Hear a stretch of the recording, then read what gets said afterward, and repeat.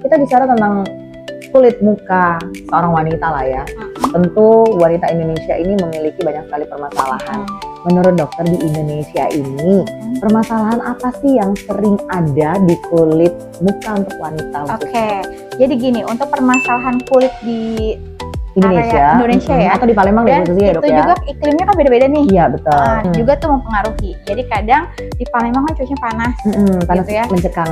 Jadi lebih banyak kasus flek sebetulnya kalau di Palembang sendiri, gitu. Terus kalau misalnya jerawat ya kebanyakan sih kita pasiennya itu pas lagi puber ya, hormonal. Nah kira-kira dok, kenapa sih flek muka itu sering kali muncul meskipun sudah melakukan treatment ratusan kali loh dok treatment, tapi fleknya muncul terus fleknya. Kalau flek itu sebetulnya teorinya untuk flek itu menurut saya ya, menurut saya pribadi itu sebetulnya kontraknya seumur hidup.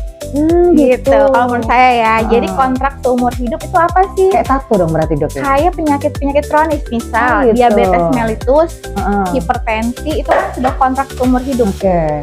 Ya jadi artinya kontrak seumur hidup artinya mereka kan nggak minum obat total gitu. Nggak minum obat kan? Sama dengan flek. Jadi flek itu juga kenapa sih seolah-olah ketergantungan obat? Ya karena memang pada dasarnya setiap pasien yang sudah flek itu nggak akan bisa kulit kembali normal. Gitu. Tanpa perawatan ya. Jadi tanpa perawatan. Artinya gini, kita kalau di IPH sendiri membagi 2 treatment kepada pasien.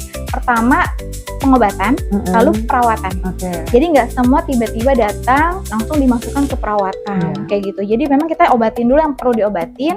Setelah itu kita akan alihkan ke perawatan. Gimana cara dia merawatnya? Artinya gini, pengobatan artinya pasti memang pakai obat-obat tertentu yang memang perlu gitu ya. Setelah itu perawatan, artinya perawatan berarti ada anjuran-anjuran yang harus dijaga. Ya, tapi pasti akan ada perubahan ya dok ya?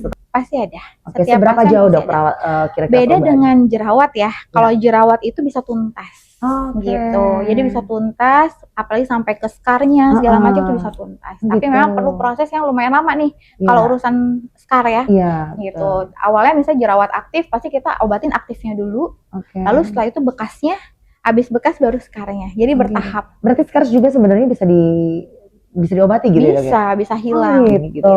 Kenapa kulit itu terlihat seperti kayak lebih kusam dulu sebelum pada akhirnya baru terlihat sempurna gitu dok? Ingredients untuk mencerahkan itu tidak dipakai, yang akhirnya menjadi kusam. Jadi dan sabar ya dok bukan ya? Cuma sama pasangan ya, sama dokter juga bisa harus komitmen.